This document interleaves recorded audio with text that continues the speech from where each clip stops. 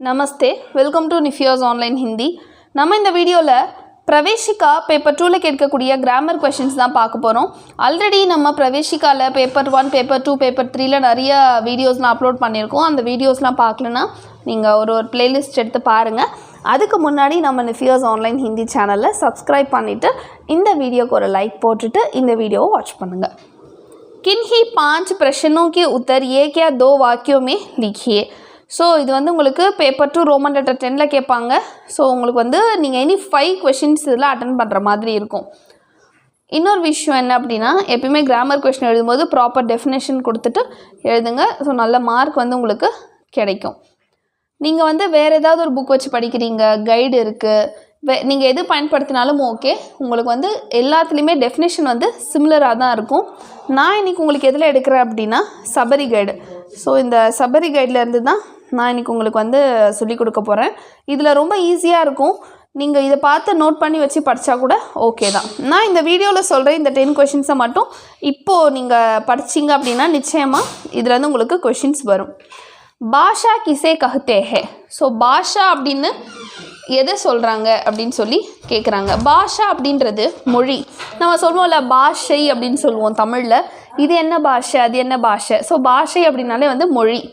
அதை தான் இங்கே சொல்லியிருக்காங்க. மொழி அப்படின்னா என்ன? இப்போது நான் சொல்லிகிட்ருக்கேன், நீங்கள் லிசன் பண்ணிகிட்ருக்கீங்க. நான் வந்து தமிழ் மொழியையும் ஹிந்தி மொழியையும் பயன்படுத்திகிட்ருக்கேன். ஸோ இது என்னென்னா, நான் சொல்கிற விஷயம் உங்களுக்கு வந்து ரிசீவ் ஆகுது, அது வந்து உங்களுக்கு புரியுது, ஒரு கம்யூனிகேஷன். ஸோ அதை தான் இங்கே சொல்லியிருப்பாங்க. मनुष्य अपने मन के विचार को मुंह से बोलकर दूसरे मनुष्य तक पहुंचाता है.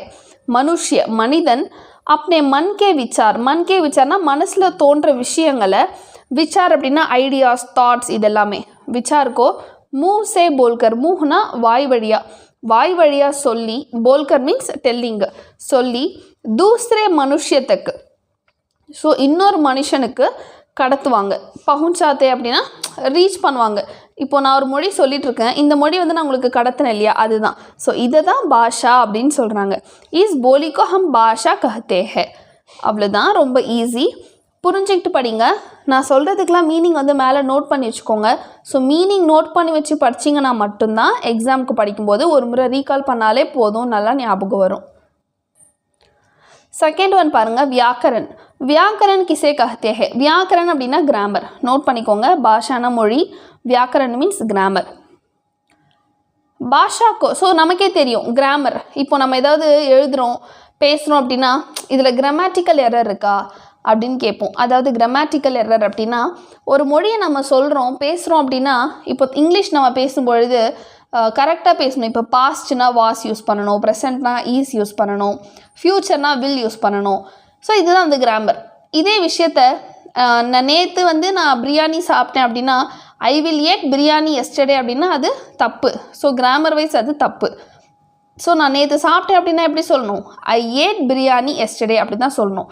நாளைக்கு நான் தான் ஐ வில் ஈட் அப்படின்னு சொல்லணும். ஸோ இது கிராமட்டிக்கல் எரர்.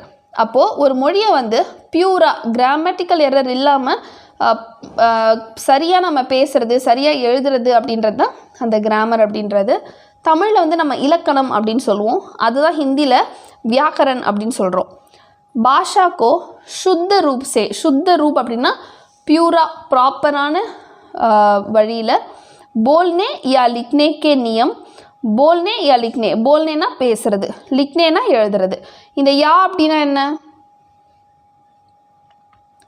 யா அப்படின்னா R, O R R. So பேசுவது அல்லது எழுதுவது. கே நியம் நிர்தாரித் கர்னேவாலா. ஸோ இந்த ரூலை டிஃபைன் பண்ணுறது தான் சாஸ்திர வியாக்கரன். இதுதான் ப்ராப்பர் கிராமர் அப்படின்னு சொல்கிறாங்க. ஸோ இதில் கீவேர்டு என்னென்னா சுத்த ரூப் சே போல்னா யா லிக்னா. இதை நோட் பண்ணிக்கோங்க. அடுத்தது, வர்ணமாலா கிசே கஹ்தே ஹே. ஹிந்தி வர்ணோ கே பிரகார் கியா கியா ஹே. வர்ணமாலா அப்படின்னா என்ன? ஆல்ஃபபெட்ஸ். ஸோ ஆல்ஃபபெட்ஸ் நம்ம எதை சொல்கிறோம் அப்படின்னு கேட்குறாங்க. வர்ணோं के समूह को वर्णमाला कहते हैं. வர்ணம் அப்படின்னா அந்த எழுத்து இருக்குல்ல, எழுத்து, அந்த எழுத்துக்களுடைய அந்த குழு, ஸோ ஒன்றா சேர்த்தது தான் வர்ணமாலா, ஆல்ஃபபெட்ஸ் அப்படின்னு சொல்கிறோம்.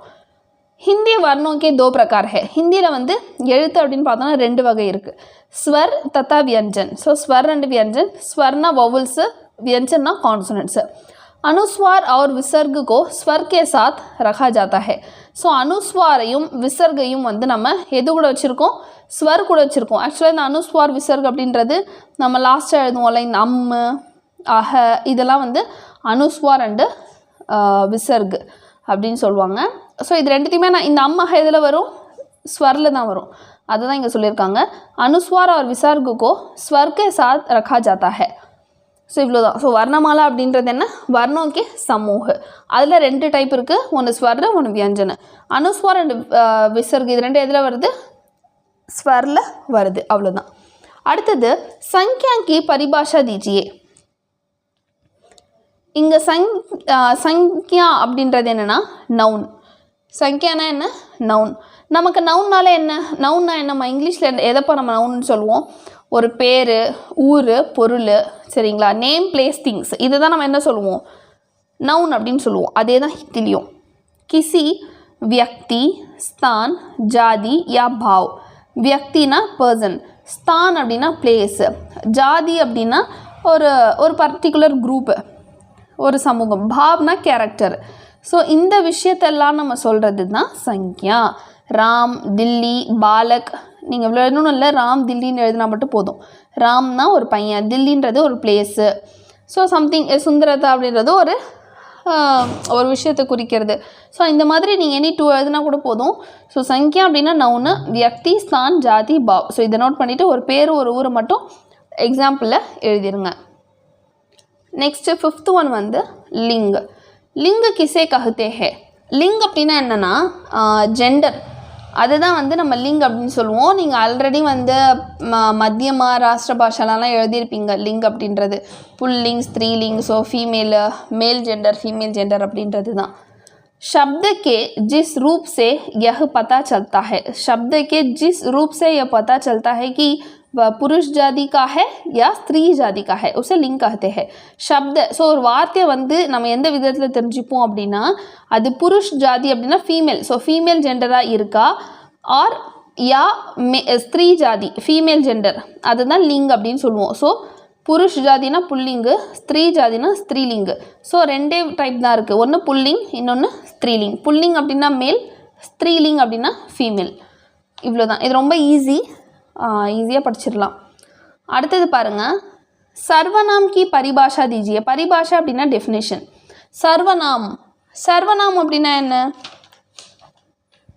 सर्वनाम அப்படினா pronoun என்ன he she it I we இதெல்லாம் வந்து pronoun இவன் இவள் இது அது நான் நீ நாங்கள் நீங்கள் இது எல்லாமே வந்து pronoun இதுதான் நம்ம என்ன சொல்றோம் सर्वनाम pronoun இப்ப பாருங்க संख्या के बदले उसी अर्थ में संख्या அப்படினா noun சோ நவுனுக்கு பதிலா एक्चुअली நவுன்ல வந்து இப்போ நம்ம ராமு ராஜு ரம்யா அப்படி சொல்றோம்னா இப்போ ராமு ராஜுக்கு he சொல்லுவோம் ரம்யாக்கு she சொல்லுவோம் சோ அதுக்கு பதிலா தான் இத பயன்படுத்துறோம் அதனால தான் கே பதிலேமே அதுக்கு பதிலாக उसी अर्थ में அதே அர்த்தத்துல प्रयुक्त होने वाले शब्द பயன்படுத்தக்கூடிய வார்த்தையை தான் सर्वनाम அப்படினு சொல்றாங்க प्रयुक्त அப்படினா யூஸ் பண்றது யூஸ் பண்ணக்கூடிய प्रयुक्त होने वाला அப்படினா யூஸ் பண்ணக்கூடிய அந்த शब्दனா வேர்ட் அந்த வார்த்தையை தான் सर्वनाम அப்படினு சொல்றாங்க य वचन विभक्ति आदि के कारण बदलता है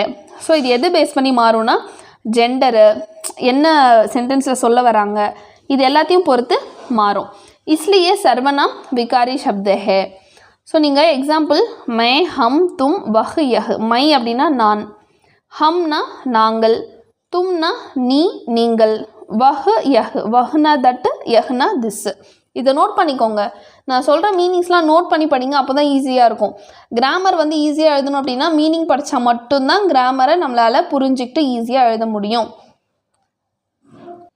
அடுத்து नेक्स्ट வரக்கூடிய क्वेश्चंस எல்லாமே பயங்கர ஈஸியா இருக்கும் निर्देशक सर्वनाम का दूसरा नाम क्या है निर्देशक सर्वनाम அப்படினா डायरेक्ट pronoun உடைய இன்னொரு பேர் என்ன அப்படினு சொல்லி கேக்குறாங்க निर्देशक सर्वनाम का दूसरा नाम सार्वनामिक विशेषण है सार्वनामिक இத நோட் பண்ணிக்கோங்க सार्वनामिक विशेषण அப்படினா पर्सनल pronoun सार्वनामिक विशेषण। அடுத்தது कर्म की दृष्टि से क्रिया के भेद क्या क्या है?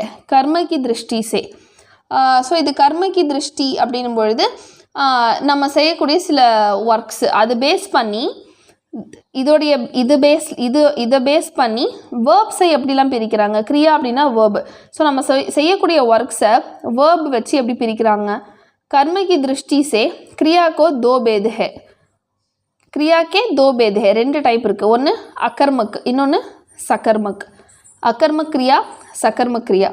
அகர்மக் கிரியா அப்படின்னா இன்ட்ரான்சிட்டிவ் வேர்பு, சகர்மக் அப்படின்னா டிரான்சிட்டிவ் வேர்பு. இதெல்லாமே பயங்கர ஈஸியான கொஷின். எல்லாம் நோட் பண்ணி வச்சுட்டு படிங்க. நல்லா எக்ஸாமில் கேட்டாங்கன்னா கண்டிப்பாக அட்டன் பண்ணுங்கள். இதில் கிரியான்னு பார்த்தோன்னே உங்களுக்கு தெரிஞ்சிடணும். கிரியானாலே வேர்பு. ஸோ வேர்பு பார்த்தோன்னே நீங்கள் ரெண்டு டைப் எழுதிடணும், அகர்மக் சகர்மக். நாம் தாது கிசே கஹ்தே ஹே. இந்த இடத்துல பாருங்கள், நாம் தாது. நாம்னா நேமு, தாதுனா மெட்டல். ஸோ இது ஒரு விஷயத்தை வந்து இது கூட கனெக்ட் பண்ணி பேசுவாங்க. क्रिया शब्द को छोड़कर अन्य शब्दों के साथ प्रत्यय लगाकर जो क्रिया बनी हो उसे नाम दादू कहते हैं.